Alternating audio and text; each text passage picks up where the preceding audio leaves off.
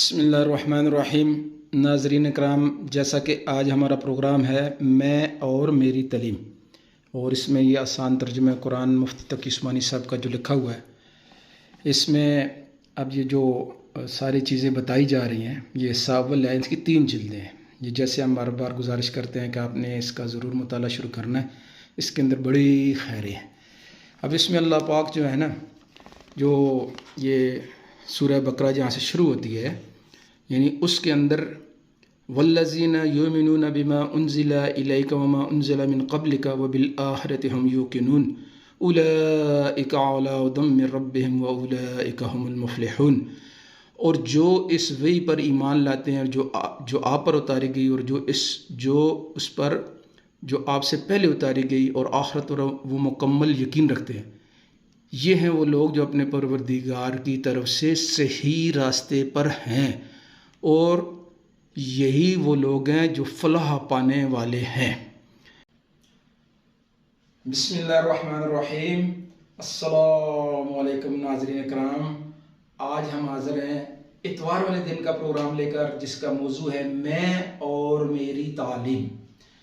और जैसा कि अभी आपने थोड़ा सा इसमें देखा पहले वीडियो में कि हमने हर प्रोग्राम में ये बात को समझा रहे हैं कि तालीम का माहज़, तालीम का मजमुआ, बसीरतों का मजमुआ, इल्मों का मजमुआ कुरान पाक है।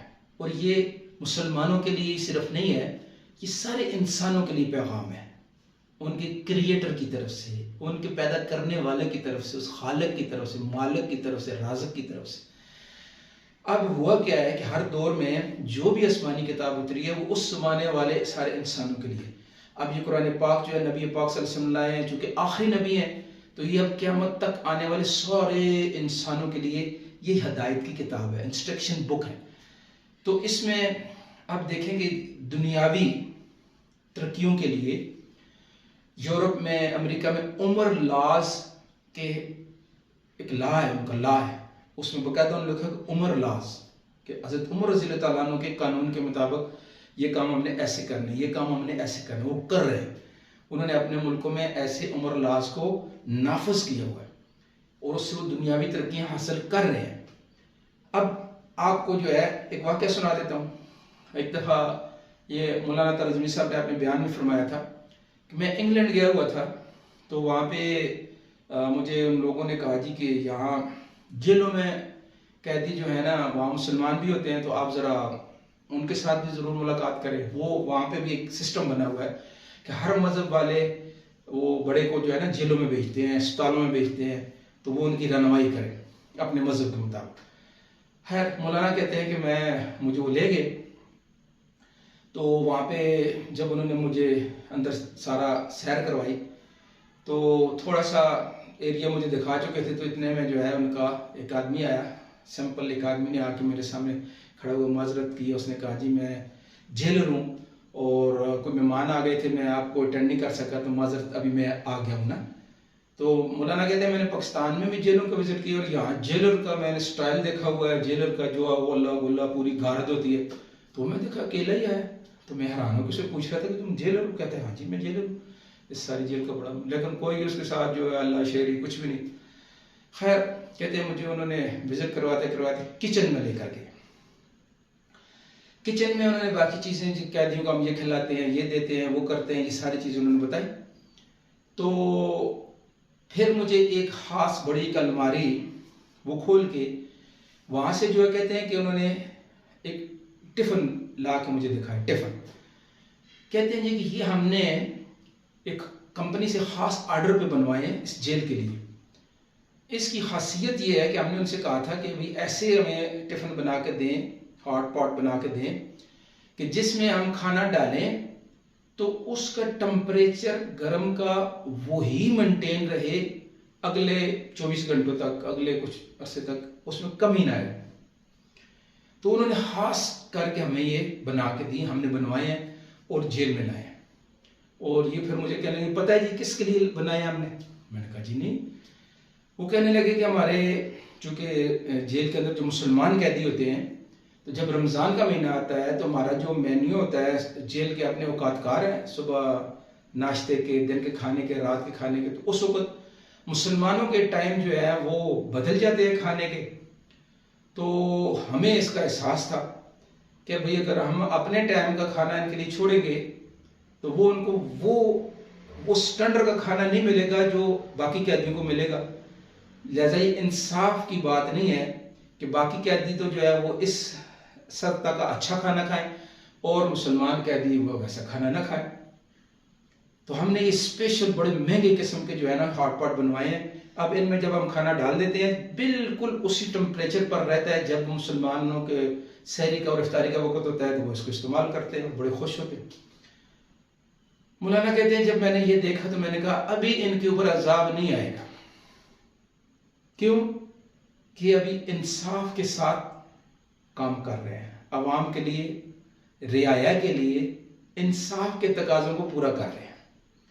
لہذا ابھی ان کے اوپر جو ہے نا عذاب نہیں آ سکتا. تو بھائی یہ انصاف کے تقاضے، یہ چیزیں انہوں نے کہاں سے سیکھی ہے، یہ علم کہاں سے حاصل کیا ہے؟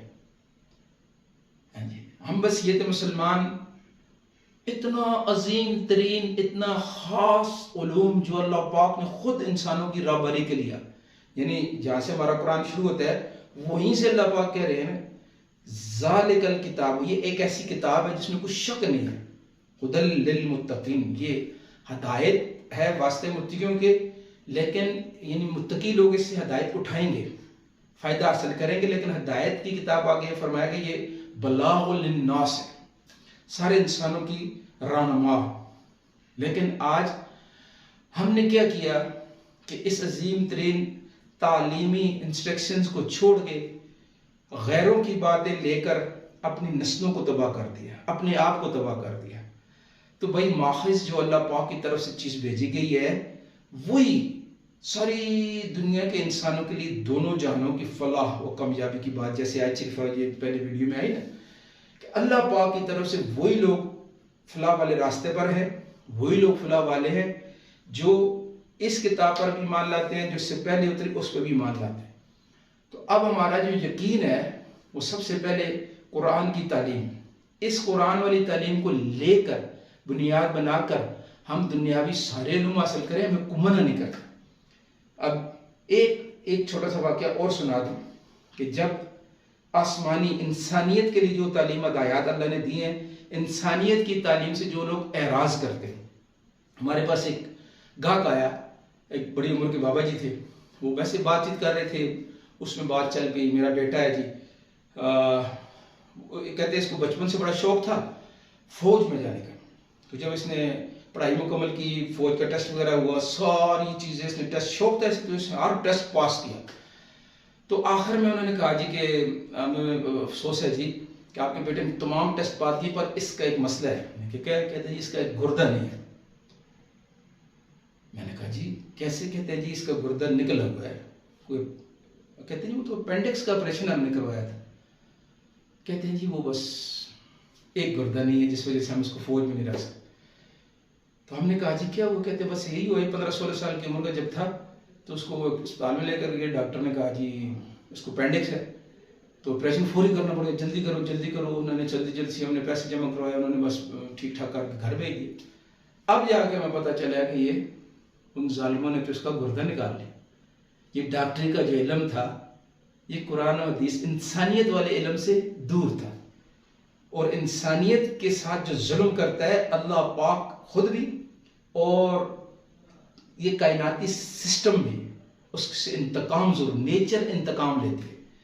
جیسے ہم نے پہلے بھی ایک پچھلے پروگرام بتایا کہ پیشے کا انتقام، تو پیشہ ضرور انتقام لیتا ہے. لہٰذا اپنے علم کو قرآن اور حدیث کے علم کے ساتھ جوڑنا ہے، پھر ہمارے راستے جو ہے دنیا کے لیے بھی، موت کے لیے بھی، قبر کے لیے بھی، آخرت کے لیے بھی درست ہو جائے گی. ٹھیک ہے جی. اب کل ہم نیا پروگرام لے کر حاضر ہوں گے، میں اور میرا وطن. تب تک کے لیے اجازت. پروگرام کو آگے شیئر کرنا، آگے دوسروں تک پہنچانا آپ کی ذمہ داری ہے. خیر کی باتیں، بھلائی کی باتیں آپ کا بھی حصہ پڑے گا. تب تک کے لیے اجازت.